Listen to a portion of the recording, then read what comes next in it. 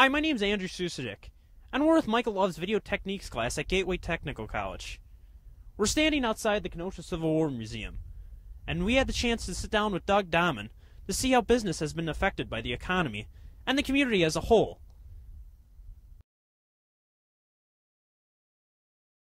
It's hard to say because this is the first year we've been open. In some ways, it may benefit us because more people are staying closer to home to do vacations and things this year. Single tank type days out where they don't have to drive, they don't have to stay overnight. And we benefit because we're between Milwaukee and Chicago. I believe there's 10 million people who live within a 100-mile radius of Kenosha who are potential visitors to the museum. So so far, our attendance has been good. We've had lots of school tours and been very successful with that. So we're optimistic for a well-attended summer.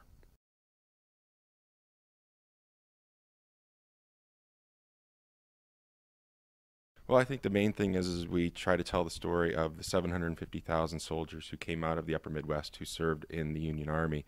Just to tell that story. I think it's an undertold story in the Civil War. Not a lot of people know that. I think most people think of the Civil War, they think of Northern Virginia or Washington, D.C. Everything took place out east, and that the Midwest really didn't have a role in it. Well, we talk about these Midwestern soldiers, their role, but not only those men who carried muskets. Even if you never served in the Army, your life was impacted by the 4 years of war. So it had an impact on civilians, people who stayed behind, and we really look at all those stories, not just the military side of it.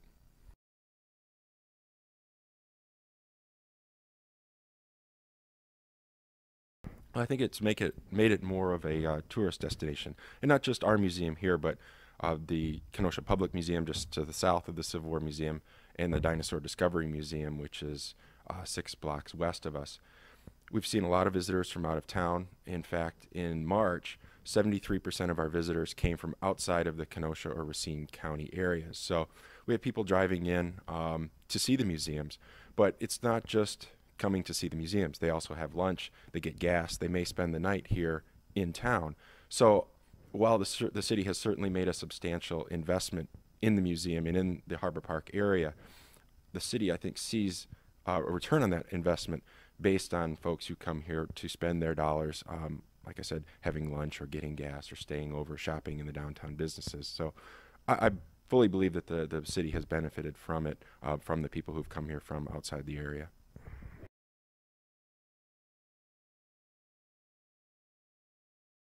What you see here today has really been the culmination of a 6-year project. We worked with Carthage College. They had a vast Civil War collection that was donated to the school. And when the former mayor, John Antramian, had the idea to put the museum here in Kenosha, he approached Carthage and asked, would they be interested in transferring all or portions of the collection to the city to be displayed in the Civil War Museum? They said yes.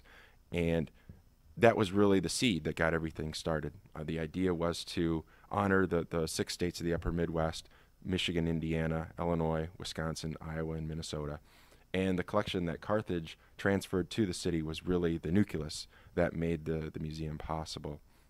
And through a lot of hard work with museum staff members and people in the city, the plans were made, the construction started, and it culminated last September when we opened the Fiery Trial Gallery downstairs.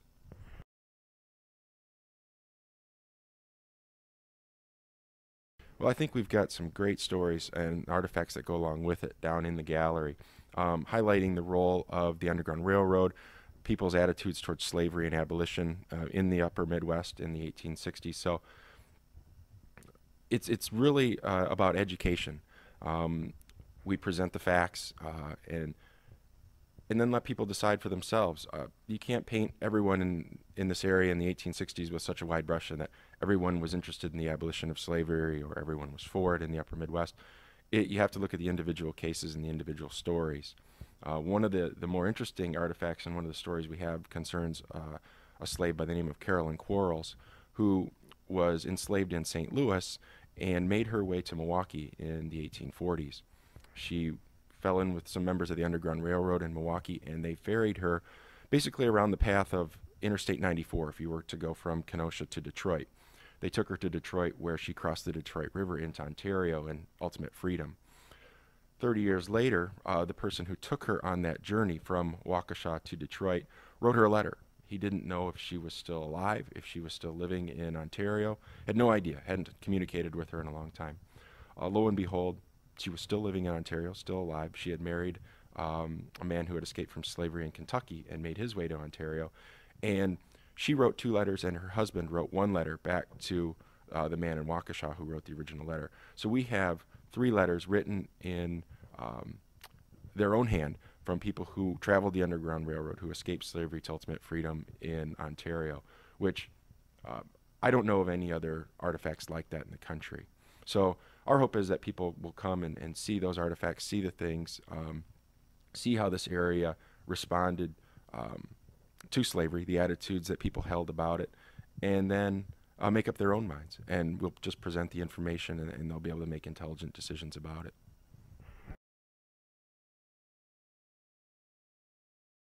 We want to make sure that the local community knows that they can take advantage of our resource. We've got a library here. It's a non-circulating library, but if you have an interest or a relative that served in the Civil War and you'd like to come down and learn more about them, we can certainly help with that research. We have books, DVDs, audio tapes, maps, periodicals, first-hand letters, first-hand accounts that these men wrote while they served. And that resource library is open from 12 to 5, pretty much on a daily basis. On Saturday, we're open from 10 to 5. So anyone out there in the local community, come here. It's completely free of charge and can take advantage of that resource.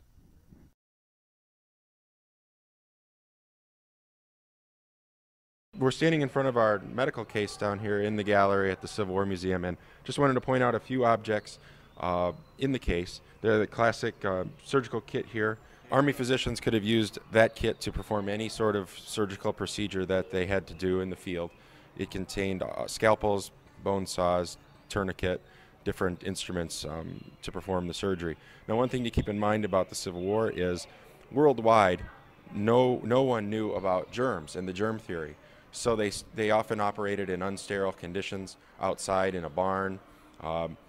The instruments were not sterilized from patient to patient. The physician's hands were not sterilized from patient to patient. So infection was bound to set in. But you can't blame the Civil War physicians for that fact. It was not known worldwide until 1870 how infection was caused with bacteria, and sterilization was necessary to prevent that. Some of the other things we have is a field medical case. Now, a lot of the medicines that they gave to the soldiers for illnesses did more harm than good. Things were given that were very toxic to the body, things like mercury, that would have, like I said, caused more harm than good to the patients. One of the myths about Civil War medicine is that operations were done while the person was awake. We know that Civil War surgeons had at their disposal anesthesia, both in the form of chloroform and ether, and it was used liberally. 95% of the surgical cases were done while the person was anesthetized, while the patient was anesthetized, so they were not feeling the pain of the operation. They also had pain medication for post-operative recovery. Things like morphine and opium were given to the soldiers, sometimes to such an extent that some of the men complained of almost an addictive-like symptoms after the war. The men called it old soldier's disease when they returned after the war had ended. I'm Andrew Sustik signing off from the Kenosha Civil War Museum. The Civil War Museum is open Sunday and Monday 12 to 5 and Tuesday through Saturday 9 to 5. We hope you learned a little something, and we hope you learned a little something about what the Kenosha Civil War Museum has to offer.